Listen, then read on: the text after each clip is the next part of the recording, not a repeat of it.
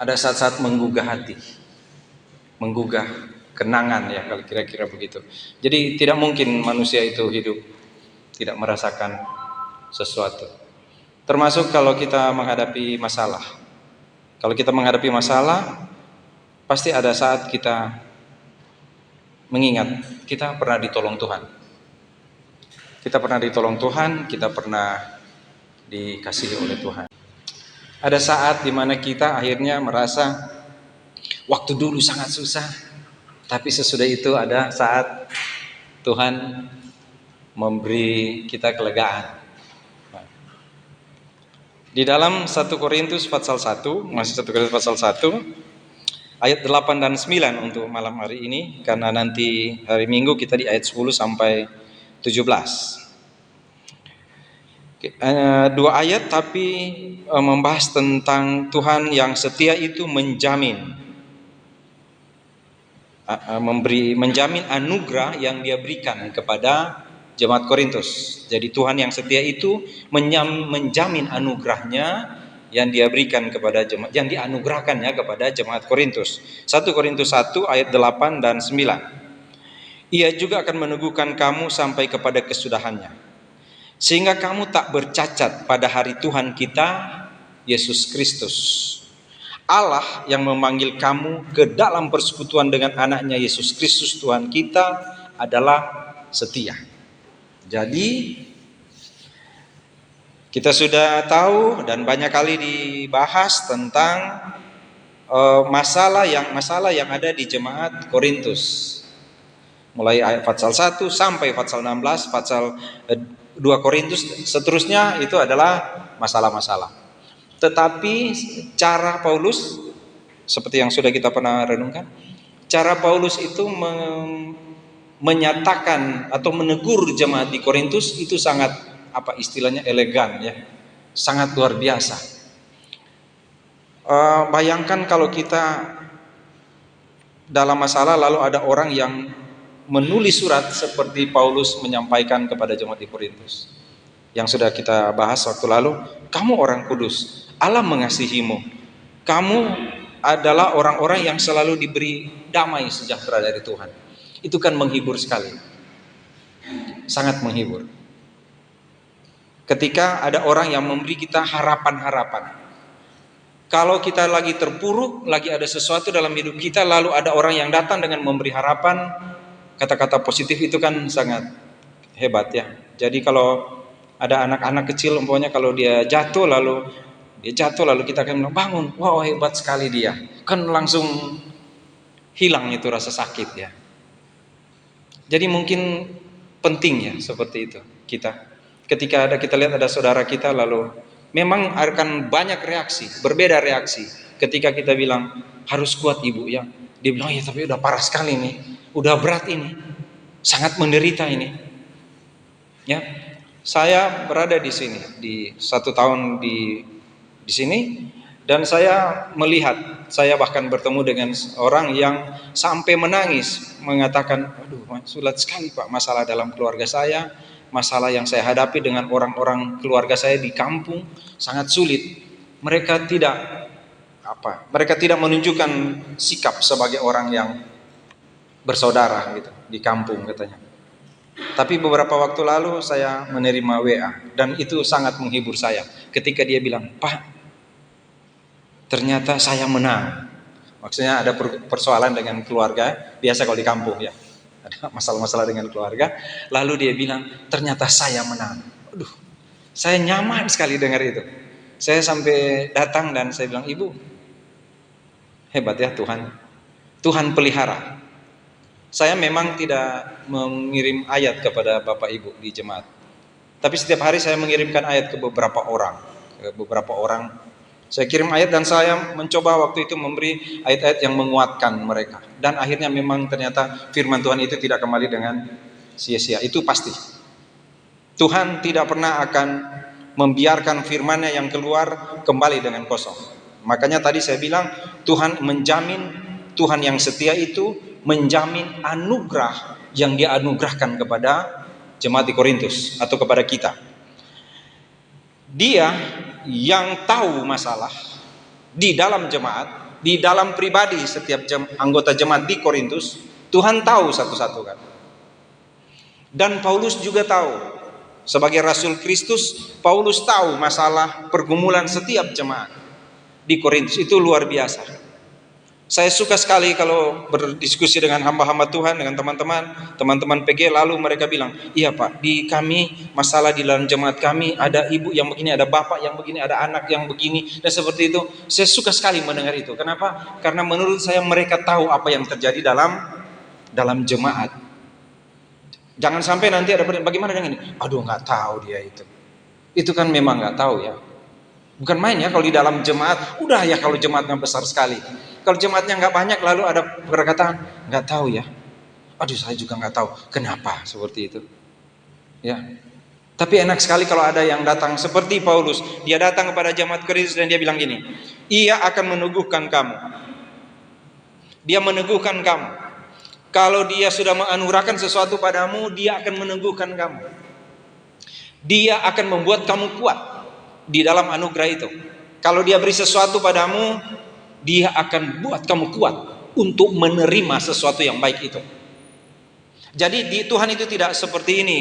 Tuhan tidak hanya memberi lalu pergi. Ada doktrin itu, yaitu Allah menciptakan segala sesuatu lalu Allah membiarkan segala sesuatu itu. Dia cuma dari jauh. Ada seperti itu. Nah, kita tidak. Kita punya Allah yang jauh, yang transenden itu, jauh di sana, tapi dia imanen. Dia itu ada bersama-sama dengan orang percaya. Jadi Allah bukan Allah yang memberi lalu sudah. Allah yang dipercaya oleh Paulus, yang disampaikan kepada jemaat di Korintus adalah Allah yang seperti ini, apa yang dia katakan di sini. Allah memberi sesuatu dan Allah teguhkan. Allah pelihara. Sama dengan ketika dia beri sesuatu kepada kita, dia jaga apa yang dia beri itu dan tidak pernah akan berkurang. Jadi kalau berkurang ditambahkan lagi. Jadi kayak kalau kita punya apa? Mobil, motor, punya sesuatu, kalau dia mulai olinya selesai, Tuhan ganti. Habis bensinnya, Tuhan ganti. Ya, warnanya mulai pudar, Tuhan ganti. Bannya rusak, Tuhan ganti. Artinya itu, dia beri dan dia teguhkan. Dia jaga apa yang dia beri itu. Jadi yang dia jaga itu bukan cuma di kita, bukan cuma anak Tuhannya, tapi apa yang Tuhan beri itu. Kalau dia beri keselamatan, maka keselamatan itu dijaga oleh Tuhan. Tidak pernah berkurang. Tidak pernah berkurang, sebenarnya juga tidak bertambah. Sama dia. Jadi kalau dia beri di sini setinggi ini, maka di ujung sana sama seperti ini. Tidak pernah turun sedikit. Kalau kita di dunia yang fana ini, kalau kita punya sesuatu, selalu nilainya akan turun. Ya kan? Itu kemarin ibu-ibu masak di ini, lalu saya lihat itu alat-alat masak.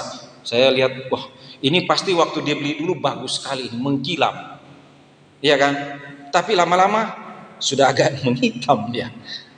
Mungkin karena kurang pakai kali ya. Jadi saya pada waktu dikasih sendok itu, aduh, nggak apa sih makanannya. Sendoknya ini yang hitam ini yang dipakai apa ya itu? Karena saya dulu ibu pernah pakai sendok itu garuk-garuk itu cari apa itu undur-undur itu lah. Jadi saya jangan-jangan ada anak pakai itu kali ya. Tapi kan nggak ada anak di pastori ya. Tapi selalu barang yang kita punya akan menurun, berkurang. Bahkan kualitasnya berkurang. Ya kan? Coba lihat di sini. Warna ini putih lama-lama mulai memudar. Tuhan menjaga pemberiannya itu. Tuhan tidak pernah membiarkan. Jadi artinya begini. Setiap kali Tuhan beri sesuatu, Tuhan lihat. Tuhan perhatikan apa yang dia berikan itu. Apakah ada yang berkurang? Kalau yang berulang tahun, kalau Sanita berulang tahun sekarang jadi 13 kan Sanita, mau berkurang nggak? Naik ya, 14, 15, 16. Nah setelah sudah 60, 70, 80 sudah bilang selamat ulang tahun, sudah bilang bukan, berkurang 1 menuju kepada penghabisan kan gitu kan. Jadi kalau sudah di atas itu sudah mulai bilang bukan bertambah ini Pak, sudah berkurang makin dekat pada berpulang ke rumah Tuhan gitu ya. Tuhan menjaga apa yang dia berikan itu tidak berkurang sampai kapan? Apakah cuma waktu beri? Apakah cuma kita ada di dunia? Saudara lihat di sini dia bilang apa? Sampai kepada kesudahannya. Oke? Jadi yang Tuhan beri itu ketika dia jaga bukan cuma sampai di sini. Dia tidak akannya lihat terus menerus di situ, tapi sampai kesudahannya sehingga kamu tak bercacat. Itu dia bilang kepada jemaat di Korintus, supaya kamu tidak ada cacat sedikit pun, nggak ada. Jadi kan kalau gini, kalau kita ganti bensin, mungkin akan ada yang tumpah, ada yang berkurang dikit dari takaran, tapi Tuhan menjaga apa yang Dia berikan itu tidak pernah berkurang dan tidak ada cacatnya. Bukan begini, kalau Dia kasih putih nanti sedikit akan luntur lalu dicat lagi putih. Bukan. Kalau Dia beri sempurna penuh seperti ini, nanti berkurang dikit Dia tambah lagi. Tidak bercacat, tidak kurang sama sekali apa yang Tuhan berikan. Tuhan beri itu tidak pernah berkurang. Kenapa?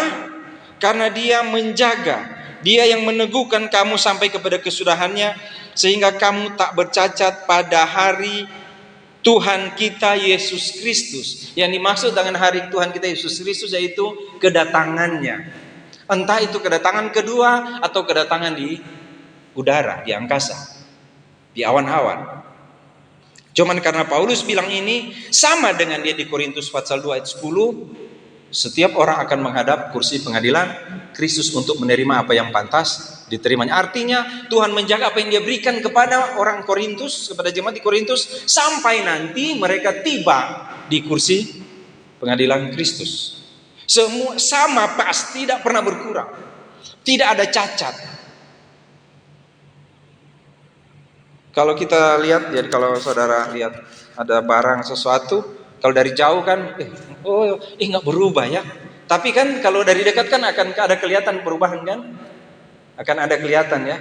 Apalagi kalau pakai kaca pembesar kan, akan kelihatan kan? Bagi Tuhan tidak ada. Pemberian yang Tuhan berikan kepada orang percaya, kepada jemaat Korintus yang kudus itu tidak pernah akan bercacat. Sebenarnya kita tahu ini kan? Kita selalu mengerti begini, Allah menjamin saya masuk surga. Sebenarnya kalau lihat dari 1 Korintus ini bukan hanya menjamin masuk surga, tetapi Dia menjaga apa yang Dia berikan pada kita. Apa itu? Apa yang Tuhan beri pada kita? Lihat aja di hidup kita, apa yang Tuhan beri pada kita. Ketika kita nafas itu nanti akan berakhir ya satu waktu ya. Akan selesai kan? Tapi kan ketika selesai kita dapat hidup baru yang lebih mulia dari itu kan. Artinya ketika kita dapat selesai nafas kita sedang menghadap Tuhan. Itu nafas kita selesai. Makanya saya percaya ketika kita mati, kita menghadap Tuhan. Kenapa? Karena Dia menjaga kita sampai hari Tuhan itu. Setelah selesai apa? Tubuh kita akan jadi makin turun ya. Makin waktu muda dulu masih kencang gitu ya. Cuma pakai bedak biasa sudah kencang. Nanti lama-lama sudah ditariknya pakai apa itu masih juga. Makanya orang suka pakai operasi plastik kan. Itu kan sampai seperti supaya kan nggak bisa. Fisik akan menurun. Tapi karunia yang Tuhan beri apa itu ya yang tidak menurun? Hal-hal yang berhubungan dengan yang tidak pernah akan berubah itu ada di surga kan? Tapi di sini juga Tuhan lagi mengatakan begini sebenarnya. Di dalam ayat yang ini, sehingga kamu tak bercacat pada hari Tuhan, Dia meneguhkan kamu. Di ayat yang di atas, kamu ayat 7, kamu tidak kekurangan suatu karunia pun sementara kamu menantikan penyataan Tuhan kita Yesus Kristus. Dia telah kesaksian yang telah diteguhkan di antara kamu. Demikianlah kamu tidak kekurangan satu karunia pun. Kamu bersama-sama dengan Kristus. Di dalam Kristus, bersama dengan Kristus tidak pernah akan berubah. Orang yang bersama dengan Kristus tidak akan berubah. Nanti kita akan lihat kenapa saya bilang ini, kenapa saya katakan ini dari ayat ini. Begini, Tuhan yang memberikan karunia kepada jemaat di Korintus, akhirnya kan jemaat di Korintus punya masalah kan? Akhirnya kan jemaat di Korintus kan punya masalah, ya. Itu sebabnya dia bilang, Ia yang meneguhkan kamu sampai kepada kesudahannya sehingga kamu tak bercacat pada hari Tuhan Yesus Kristus. Allah yang memanggil kamu kepada persekutuan dengan anaknya, bersekutu dengan anaknya. Jadi apa itu? Kalau ada kain basah, lalu kita bukan kain basah, kain lalu kita basahin dengan air, itu menyatunya seperti itu. Bahkan lebih dari itu. Itu meresap namanya. Kamu meresap dengan Kristus, kamu di dalam Kristus. Kalau Kristus tidak berubah, kamu tidak berubah. Dalam hal apa? Dalam bersama dengan Kristus. Tidak akan berubah. Tidak pernah berubah. Orang yang bersama dengan Kristus tidak pernah akan berubah. Nah, yang jadi masalah sekarang adalah Paulus tahu jemaat di Korintus bermasalah. Apa masalahnya? Kita boleh lihat di situ kan ya? Banyak. Tadi saya katakan, ada masalah di dalam hidup mereka pribadi, ada persoalan di antara mereka, dan ada dosa. Paling kurang ada 3 itu di dalam jemaat Korintus.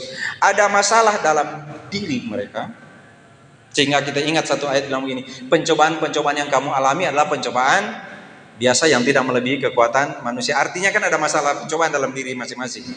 Yang kedua, mereka ada bermasalah, nanti kita bahas hari Minggu. Bermasalah itu di ayat 10 sampai 17, dan ayat-ayat yang berikut mereka ada persoalan dalam jemaat. Lalu ada dosa. Di 1 Korintus 5 ada dosa, percabulan yang luar biasa. Ada penyembahan berhala di pasal 9, pasal 8 dan 9. Banyak sekali persoalan. Nah, sekarang tadi saya katakan, tapi Tuhan, Paulus bilang, tidak pernah berubah. Dia menjamin hidupmu, dia meneguhkan sampai kepada kesudahannya sehingga kamu tak bercacat. Tapi kok jemaat Korintus bermasalah? Apakah kasih Tuhan berubah? Kalau saya tidak katakan yang awal tadi, mungkin orang akan berpikir pasti Tuhan berubah. Sebenarnya tidak. Masih tahu kan kita sama-sama? Yesus itu sama waktu lalu, hari ini, dan seterusnya, ya. Tuhan kita tidak pernah berubah. Yang berubah itu siapa? Manusia yang menjadi tidak setia, yang akhirnya menderita dan mengalami persoalan dalam jemaat. Jadi apa yang Tuhan maksud di sini ketika saya bilang Tuhan yang setia itu menjamin? Tuhan yang setia itu menjamin dan menjadikan satu. Apa artinya? Artinya seperti ini. Tolong selalu ingat tema kita, Injili, ajar dan ajak. Ini kita lagi berada di yang di kedua, ajar. Jadi apa yang saya ingin kita mengerti tentang pengajaran ini? Tentang Tuhan kita. Pertama, Tuhan kita setia, tidak berubah. Bahkan meneguhkan kita sampai pada akhirnya, tidak pernah berubah kasihnya. Jadi di sini dibilang dia memanggil kamu ke dalam persekutuan anaknya adalah setia. Setia dengan apa? Sebelum Paulus mengatakan kepada jemaat di Korintus tentang masalah-masalah mereka, Paulus bilang Tuhanmu itu adalah Tuhan yang setia, yang menjaga kamu dan tidak pernah berubah. Jadi kalau kamu punya masalah, kalau kamu punya masalah dalam hidupmu, Tuhan itu tidak berubah. Hubungan kamu dengan Tuhan tidak mungkin akan berubah. Itu nanti kita mengerti di pasal 5 tentang biarlah tubuhnya rusak tapi rohnya diselamatkan. Kenapa? Karena Tuhan itu tidak akan berubah. Kalau dia mengasihi saya, tidak pernah berubah sedikit pun kasihnya. Tidak.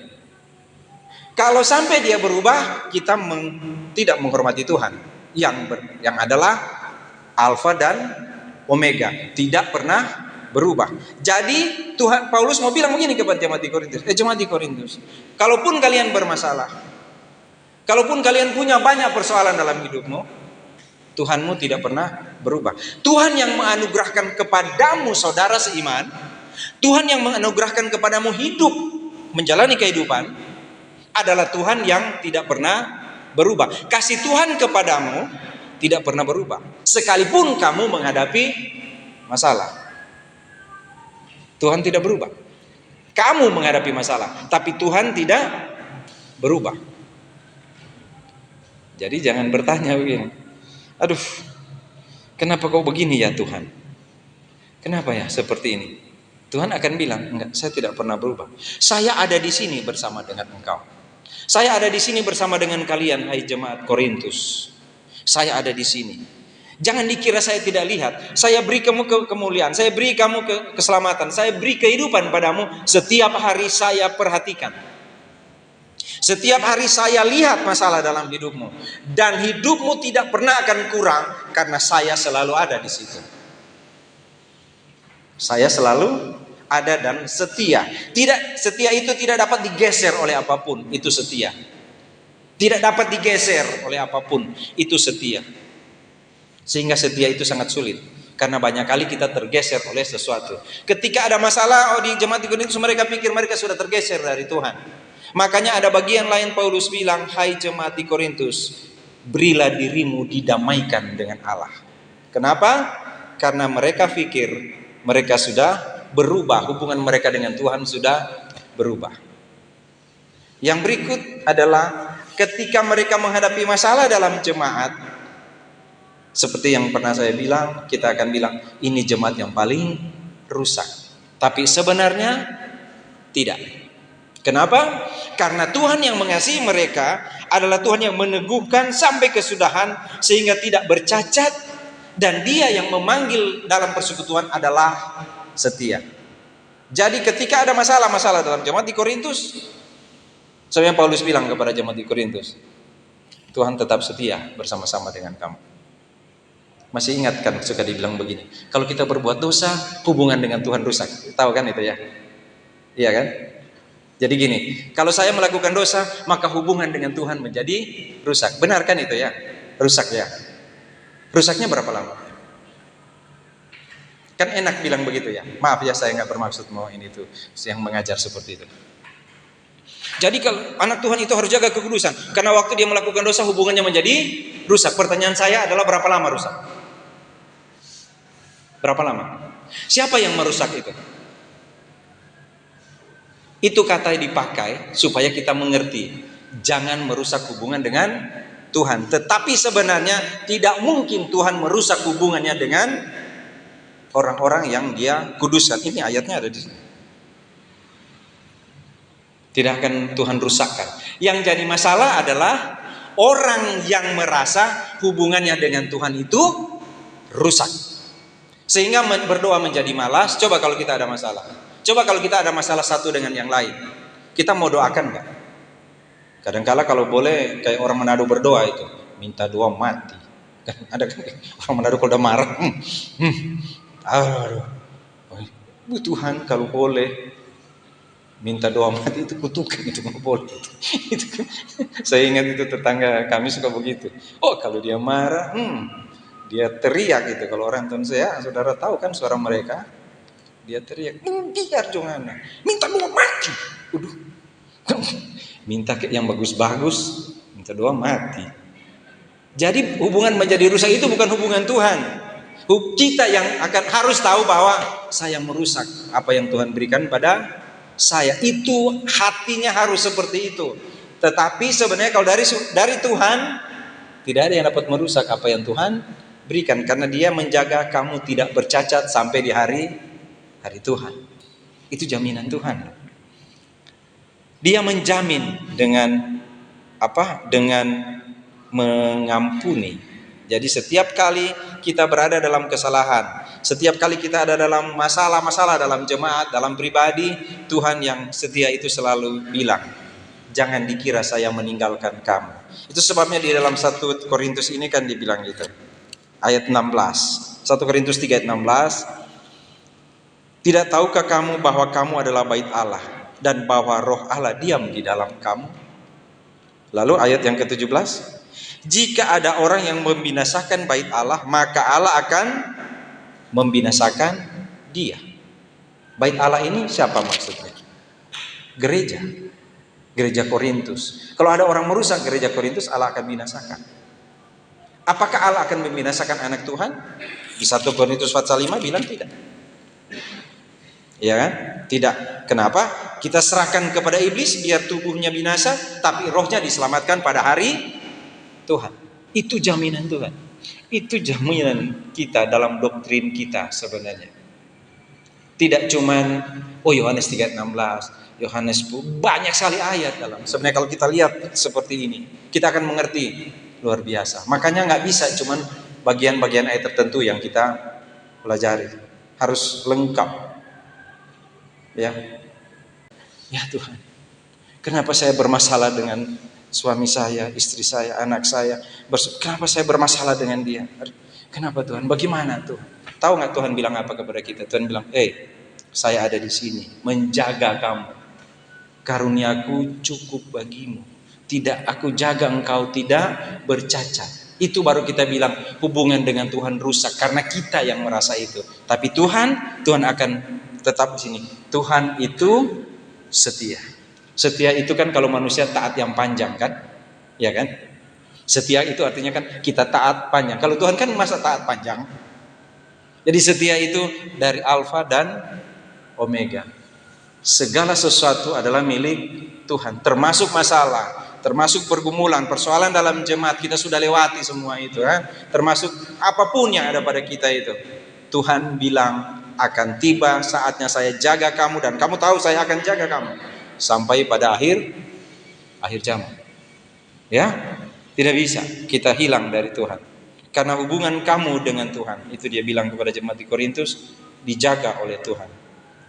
Persekutuan dengan anaknya Yesus Kristus, Tuhan jaga. Kamu dengan kamu dalam jemaat, Tuhan jaga. Tuhan itu setia, dia tetap jamin, dan kita harus dia jaga kita menjadi satu. Kalaupun ada masalah, Tuhan itu tidak pernah berhenti mengasihi, tidak pernah berhenti, dan satu waktu kita akan berdiri dan bilang, ternyata memang Tuhan tidak berubah. Kami selalu diberkati oleh Tuhan. Bisa kita? Bisa ya? Kenapa? Karena kita mau bilang gak bisa, Tuhan itu tidak pernah akan berubah. Sekali dia miliki hidup kita, selama-lamanya kita tidak pernah akan dilepaskan oleh Tuhan. Padahal jemaat Korintus dosanya minta ampun, persoalannya minta ampun. Tapi karunia yang Tuhan berikan kepada mereka, Tuhan jaga tidak bercacat sampai hari Tuhan. Mari kita berdoa.